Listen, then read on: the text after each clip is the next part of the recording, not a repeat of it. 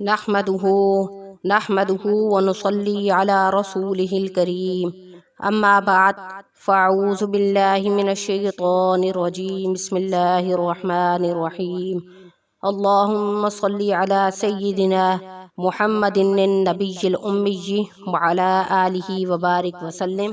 شروع اللہ کے نام سے جو بڑا مہربان اور نہایت رحم کرنے والا ہے۔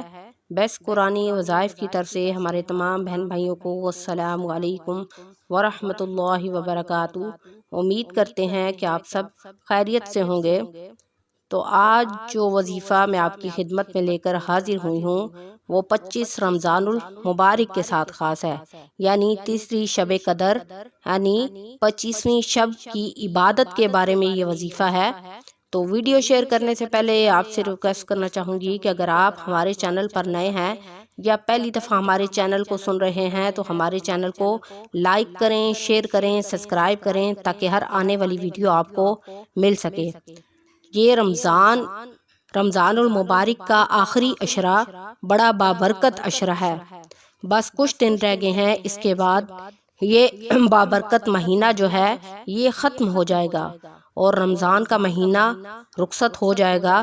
تو اس مبارک مہینے کے رخصت ہونے سے پہلے ہم نے خاص طور پر یہ اعمال کرنے ہیں، اور وہ اعمال آخری عشرے کے ساتھ خاص ہیں، یعنی طاق راتوں کے ساتھ خاص ہیں۔ ان اعمال کی بڑی برکات ہیں، کیونکہ اللہ رب العزت خود فرماتا ہے کہ میں رمضان المبارک میں جو شخص مجھ سے جو دعا مانگے گا میں اس کی دعا کو قبول کروں گا۔ اور رمضان المبارک میں اللہ رب العزت پہلے آسمان پر تشریف فرما ہوتے ہیں اور فرماتے ہیں کہ ہے کوئی بندہ جو مجھ سے مانگے اور میں اس کی دعا کو قبول کروں۔ جیسا کہ آپ کو معلوم ہے کہ شب قدر کو آخری طاق راتوں میں تلاش کرو، جیسا کہ حدیث مبارکہ میں ارشاد ہے کہ شب قدر کو آخری طاق راتوں میں تلاش کرو۔ جیسا کہ حضرت عبیدہ رضی اللہ تعالیٰ عنہ نے نبی کریم صلی اللہ علیہ وسلم سے شب قدر کے بارے میں دریافت کیا تو آپ صلی اللہ علیہ وسلم نے ارشاد فرمایا کہ رمضان کے آخری عشرہ کی طاق راتوں میں ہے 21، 23، 25، 27، 29۔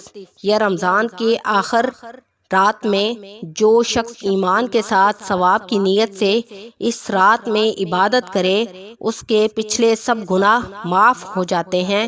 اس رات کی علامت یہ ہے کہ وہ رات کھلی ہوئی ہوتی ہے اور چمکدار ہوتی ہے، صاف شفاف، نہ زیادہ گرم اور نہ زیادہ ٹھنڈی ہوتی ہے بلکہ معتدل، گویا کہ اس میں انوار کی کثرت کی وجہ سے چاند کھلا ہوا ہے۔ اس رات میں صبح تک آسمان کے ستارے شیاطین کو نہیں مارتے۔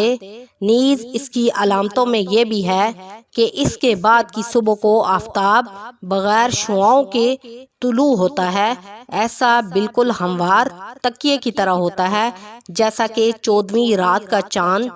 اللہ جلہ شانہ نے اس دن کے آفتاب کے طلوع کے وقت شیطان کو اس کے ساتھ نکلنے سے روک دیا، بخلاف اور ان دنوں کے طلوع آفتاب کے وقت شیطان کا اس جگہ ظہور ہوتا ہے۔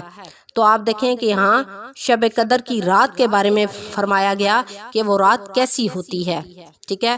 تو اس حدیث مبارکہ میں فرما دیا گیا کہ یہ جو رات ہے یہ نہ گرم ہوتی ہے اور نہ ٹھنڈی ہوتی ہے۔ اس کے بارے میں جیسے کہ میں نے آپ کو حدیث مبارکہ بیان کی ہے۔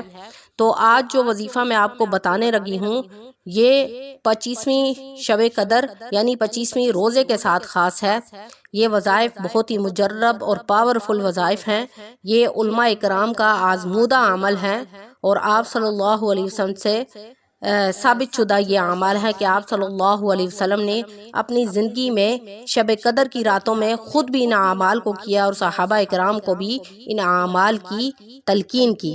تو اب میرے بہن بھائیوں ہم نے 25ویں شب قدر یعنی 25ویں روزے کو ہم نے کون سی عبادت کرنی ہے، اور یہ عبادت ہم نے ہر حال میں کرنی ہے، کیونکہ رمضان المبارک جو ہے یہ سال میں ایک دفعہ آتا ہے، اور جب ہم ان کی اتنی زیادہ برکات ہیں کہ اگر ہم اس مہینے میں جو بھی اعمال کر لیں گے سارا سال ہمیں اس کا سارے سال کا ثواب مل جائے گا۔ ٹھیک ہے، تو اب میں چلتے ہیں وظیفے کی طرف کہ ہم نے 25ویں شب قدر یعنی 25ویں روزے کو ہم نے کون سی عبادت کرنی ہے۔ تو 25ویں روزے کو ہم نے کیا کرنا ہے کہ عشاء کی نماز کے بعد 4 رکعت نفل ادا کرنے ہیں، 2 نفل ایک دفعہ اور 2 نفل ایک دفعہ یعنی 2 سلاموں کے ساتھ۔ ٹھیک ہے، پہلے ہم نے 2 رکعت نفل کی نیت کرنی ہے، پھر ہم نے 2 رکعت کی نفل کی نیت کرنی ہے، پھر اس کے بعد ہم نے سورۃ فاتحہ پڑھنی ہے۔ ٹھیک ہے، ایک ہی دفعہ ہم نے سورۃ فاتحہ پڑھنی ہے، اور پھر اس کے بعد ہم نے ایک دفعہ سورۃ القدر پڑھنی ہے۔ انا انزلناہ فی لیلۃ القدر، لیلۃ القدر خیر من الف شہر، تنزل الملائکۃ والروح فیہا باذن ربہم من کل امر سلام، سلام ہی حتی مطلع الفجر۔ ٹھیک ہے، ہم نے سورۃ القدر پڑھنی ہے۔ ٹھیک ہے، اس کے بعد ایک دفعہ ہم نے سورۃ القدر پڑھنی ہے، یعنی اس کا ہم نے وظیفہ کرنا ہے۔ اس کے بعد سورۃ اخلاص ہم نے 5 مرتبہ پڑھنی ہے۔ تو سورۃ اخلاص کون سی ہے؟ قل هو اللہ احد اللہ الصمد لم یلد ولم یولد ولم یکن لہ کفوا احد۔ اور اس کے بعد ہم نے آخری کام کیا کرنا ہے کہ 100 مرتبہ پہلا کلمہ کا ورد کرنا ہے، ایک تسبیح کلمہ طیبہ کی ہم نے اس کا ورد کرنا ہے۔ تو میں دوبارہ ریپیٹ کرتی ہوں کہ 25ویں یعنی 25ویں روزے کو 25ویں شب قدر کو آپ نے کون سی عبادت کرنی ہے، کیونکہ یہ بہت ہی خاص رات ہے، اس میں ہمیں شب قدر بھی نصیب ہو سکتی ہے، اس لیے ہم نے اس میں عبادت کرنی ہے کہ کیا پتہ ہم بھی اللہ کے ان نیک لوگوں میں ہمارا شمار ہو کہ ہمیں بھی شب قدر نصیب ہو جائے۔ تو ہم نے 25ویں شب قدر کو 4 رکعت نفل ادا کرنے ہیں، اس کے بعد ایک مرتبہ ہم نے وہیں بیٹھ کر سورۃ فاتحہ پڑھنی ہے، اور ایک بعد سورۃ القدر پڑھنی ہے، اور اس کے بعد ہم نے 5 مرتبہ سورۃ اخلاص پڑھنی ہے، اور ایک تسبیح ہم نے کلمہ طیبہ کی کرنی ہے۔ ٹھیک ہے، اور اس کے بعد ہم نے کیا کرنا ہے، وہیں پر بیٹھے ہوئے ایک مرتبہ سورۃ فتح پڑھنی ہے۔ سورۃ فتح پڑھنے کا مقصد یہ ہے کہ ہم جب اس سورت کو پڑھیں گے تو اللہ کریم جو ہے اس سورت کی اس وظیفے کی برکت سے پورا سال ہمارے لیے رحمتوں کے دروازے کھلے رکھیں گے، اور ہمیں کامیابی ہمارا مقدر بنے گی، اور پورا سال ہم پر رزق کے دروازے کھلے رہیں گے۔